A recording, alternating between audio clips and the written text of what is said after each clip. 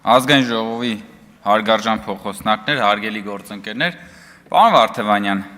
ես ժամանակ առ ժամանակ ձեզ լսելով մի պահ մոռանում եմ ձեր խոսքից ելնելով, որ դուք իրավաբան եք, որտեղ դուք անդադ խոսում եք իրավական որոշակիությունից, փաստերը չխեղաթյուրելու կարևորությունից, բայց նենց հեշտությամբ եք խեղաթյուրում ակնհայտ փաստերը, որ ես անկեղծ ասած որոշել եմ ելույթս հանել։ Բայց դուք հենց սկսեցիք, ես հասկացա, որ մի քանի բան պետք է ասել, որպեսզի առնվազն ձեզ ուղենք։ Առաջինը, որ ասում եք, դուք իշխանության եք եկել, հարգելի գործընկերներ, խնդրում եմ, այդտեղ լռություն, պարոն Գրիգորյան։ Դուք կարծեմ ելույթ ունեք գրանցված, խոսեք։ Երբ որ ասում եք իշխանության եք եկել այն բանով, թեզով, որ նույն անձը 10 տարուց ավել չի կարող ղեկավարել եւ այլն։ Նախ նման թեզ, նման կարգախոս չի եղել։ Փաստ եւ կեղծիք մեկ, որը որ դուք այստեղից ասեցիք։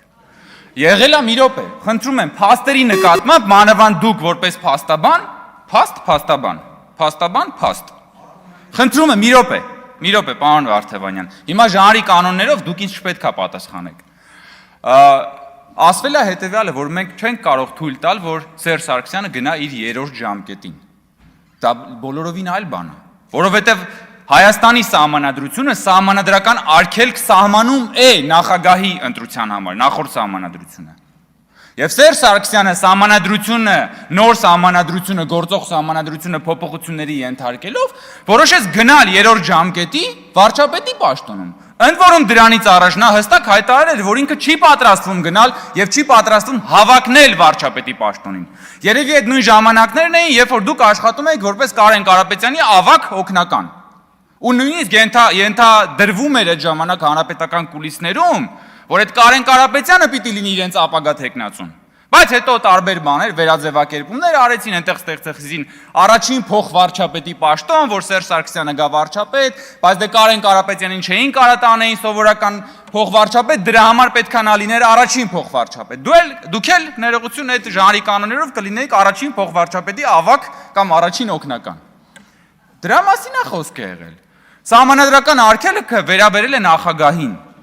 Ամերիկայի Միացյալ Նահանգների պատմությունից որ մեջբերում եք անում, այո, Ջորջ Վաշինգտոնը ինքը կամովին երկրորդ անգամից հետո հրաժարվեց երրորդ անգամ առաջադրվել որպես Միացյալ Նահանգների նախագահ եւ ավանդույթի ուժով, այո, դա Միացյալ Նահանգներում գործող կանոն է։ Ֆրանկլին Ռուզվելտի օրինակն էլ այո ճիշտ վերեցիք, բայց դա նախագահական համակարգով երկրների մասին է։ Այսօրվա գործող սահմանադրությամբ դուք որ անդադ միշտ պաշտպանում եք սահմանադրական կարգը, սահմանադրությունը եւ այլն։ Այսօրվա գործող սահմանադրությամբ նույնիսկ որևէ սահմանադրական արգելք գոյություն չունի նույն անձի երկու անգամից ավել վարչապետի պաշտոնում ընտրվելու դեպքում, նաեւ ինչու, որովհետեւ ժողովուրդը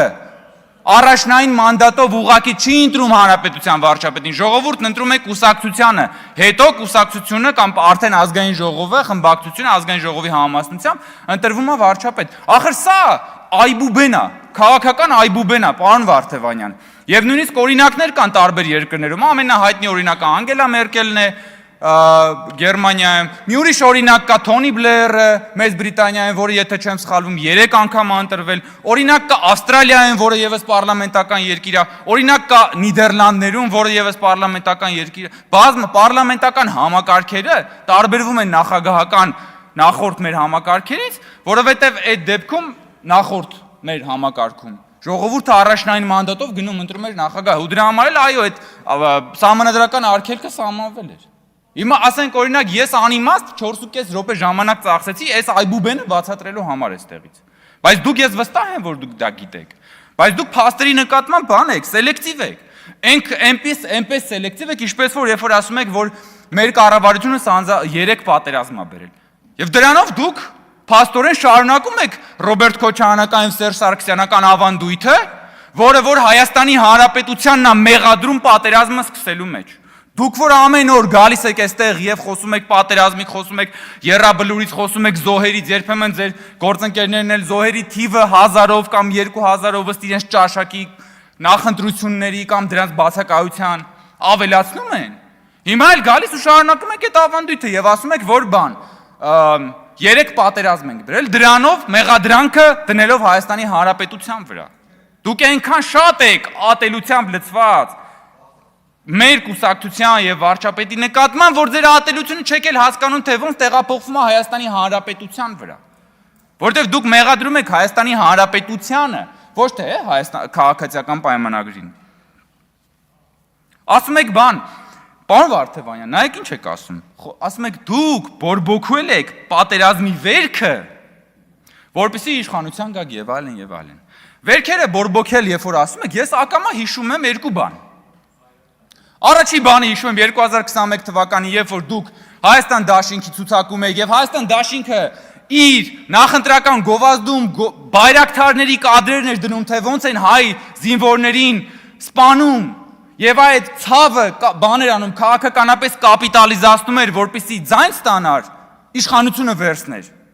Հետո մեկ էլ հիշում եմ 2026 թվականը, որ դուք ուժեղ Հայաստանի ցուցակում նույն տեխնոլոգիան օգտագործելով 300,000 ադրբեջանցիների կեղծ թեզն էիք տարածում հասարակությանը, հանրությանը ահաբեկելով, որպեսզի կարողանաք Հայաստանում իշխանություն վերցնել։ Հիմա ով է ինչը բորբոքում, ով է էմոցիան բորբոքում, ով է վերքը բորբոքում։ Դուք այդ վերքը, դուք այդ դժբախտությունը դրել եք արդյունաբերական ռելսերի վրա։ Դուք մահվան վաճառականությամբ եք զբաղվել, ընդ որում ձեր նախորդ խմբակցությունը, ձեր ներկա խմբակցությունը։ Եվ դա մեր ու ձեր ու գալիս եք ասում եք հաղթանակած, մենք հաղթել ենք, ի՞նչն եք։ Վարչապետը դրա մասին խոսած, ես տարբեր առիթներով խոսել ենք, էլի։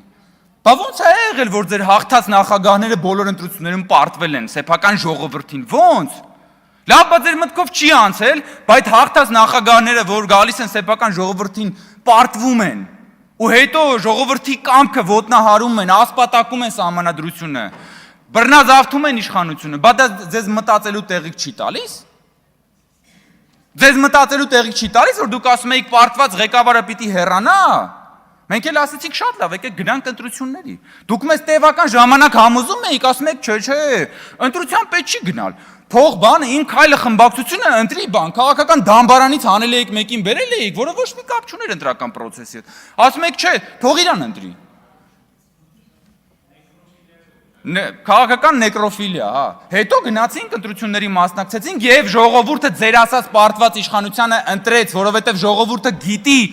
ճշմարտությունը։ Որովհետեւ ժողովուրդը գիտի ճշմարտությունը։ Ասում եք, որն է ձեր ձեռքբերումը մեզ նկատի ունելով։ Մեր ձեռքբերումը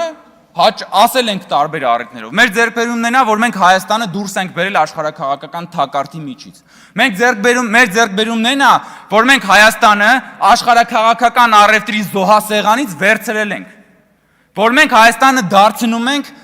ինքնիշխան պետություն, որն ունի իր շահերը,